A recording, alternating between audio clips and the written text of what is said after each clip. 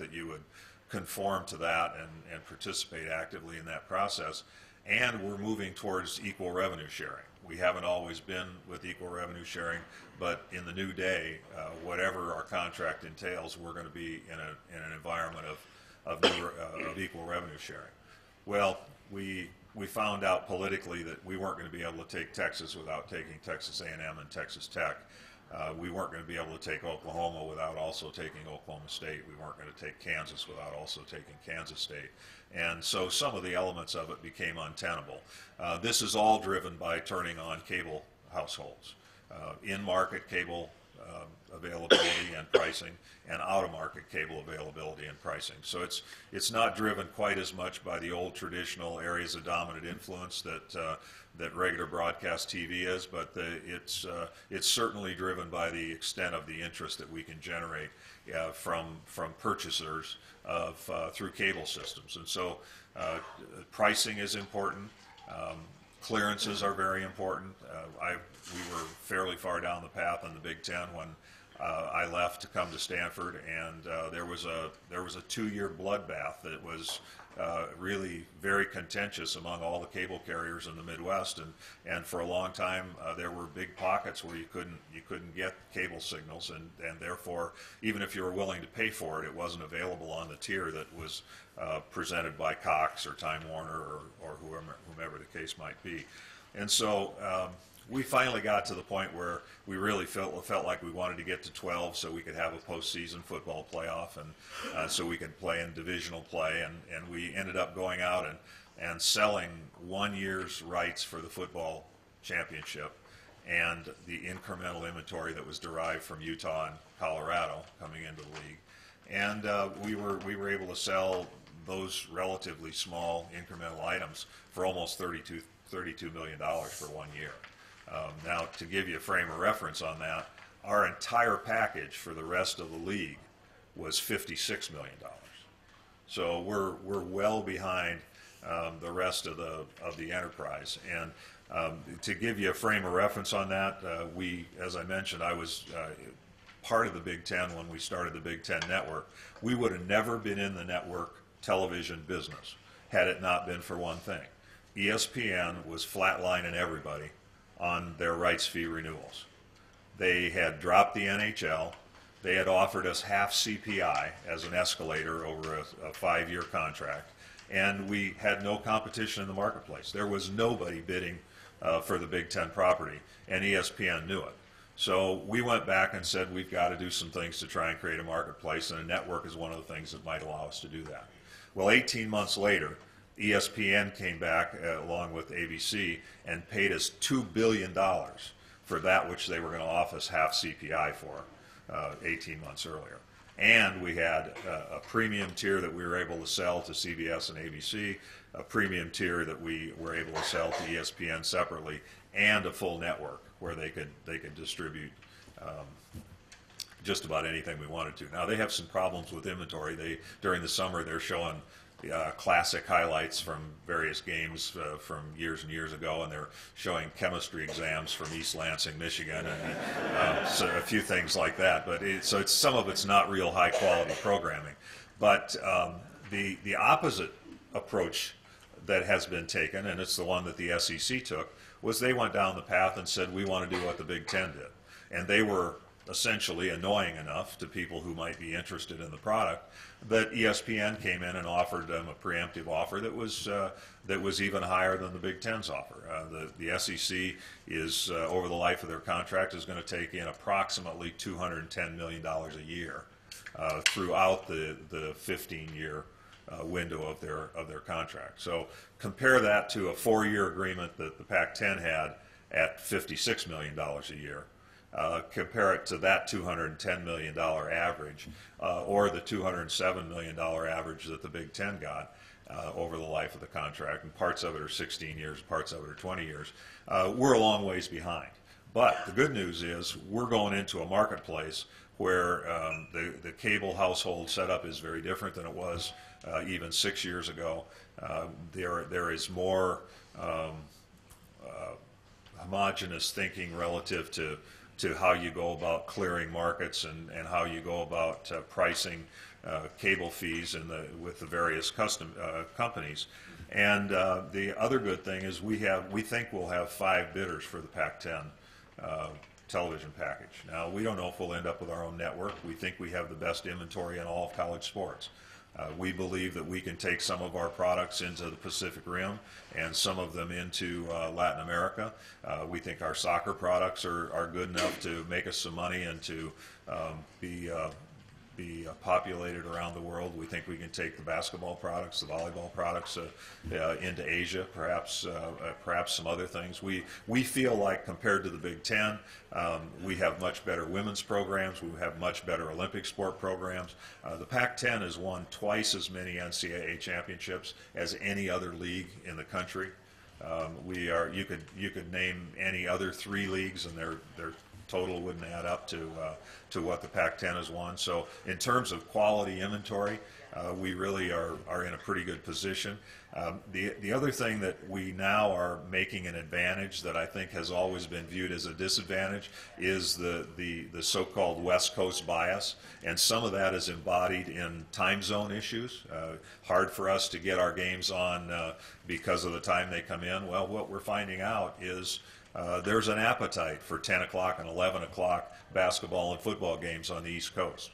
There's an appetite for carefully selected national games, and I think whether we end up with our own network or whether we end up with a third-party rights deal like the SEC did, it's going to be, early indications are that it's going to be 2 or 3x of that $56 million that we're making now. What are the macro issues? Well, for Stanford, the uptick in that money is going to make a big difference. Our endowment is recovering. Our annual fundraising has been strong and has recovered to a level even higher than it was before. Our gate receipts are better than they've ever been before. We have a lot of positive things, but we still have the unknown of this television and multimedia deal. Are there things that come as a byproduct of this? Well, yeah, there's some really good things. We're going to be able to put our women's basketball team on national television a lot more. We're going to be able to have our volleyball teams covered. We're going to be able to do some things with streaming that we've never been able to do before. We'll have some things that are available on satellite that were never out there before. But with it comes some compromises, and I think we're working very hard right now not to compromise as much as some others have compromised. And the compromises come in terms of the days of the week that you play and the times a day that you play. And are we willing in the Pac-10 to play on Mondays and Tuesdays? Well, I don't really think we are. But if you don't, it affects the amount that you can sell the product for. There's still lots of talk that coaches make too much money, cheating still pays, and there was just an article, an op-ed piece in the Baltimore Sun that was an interesting article by Tom McMillan, the former Maryland basketball player and NBA player and congressman, and his premise basically was we need to build contracts with coaches and athletic directors, and to some extent even presidents, that have clawback provisions in them that allow us to go after somebody who leaves and goes to another institution and has left a stain on the place. And right now that hasn't been the case. You don't have to think very long before you can think of an example of somebody who's made a lot of money, played fast and loose with the rules, and left and gone and gotten an even better job. And I know there are some we'd like to talk about more than others. So that's, but we won't get into that. But there are compromises to be made. There's more money in the system. There's more exposure. There's more commercial criteria applied to an academic enterprise. But there are also some other things going on. And the one that we've just kind of come off of a month ago is college basketball. And you look at the NCAA tournament and you really don't think there's anything wrong. The stands are mostly full. The television numbers are off the charts. But the fact of the matter is all the best parts of college athletics and all the worst parts of college athletics are embodied in men's college basketball. and you know, you can do anything. Butler can rise up and play in the national championship game 2 years in a row and do it with great kids. But there are an awful lot of places that aren't doing it right. They're the highest risk students, highest risk citizens many times. They're even high risk in terms of their athletic ability, and oftentimes they're not in college for an education, they're in college for a spotlight. And so there continue to be problems and challenges along those lines. There's also a growing demographic separation. You know, you look at who's populating our grandstands these days. It isn't young families necessarily. It isn't the 35-year-old that graduated 15 years ago and like Dad and Grandma and Grandpa wouldn't think of doing anything else on Saturday afternoon. The fans groups are not as well distributed over age groups. We have a generally aging live gate population in this country, and we certainly are a good example of it here. One of the things that we discovered in doing some diagnostics on our donor groups and season ticket groups is that more than 70% of what we raise every year in the way of contributed dollars come from people 40 years out of Stanford or more. Now think about that statistic just a little bit. 40 years or more.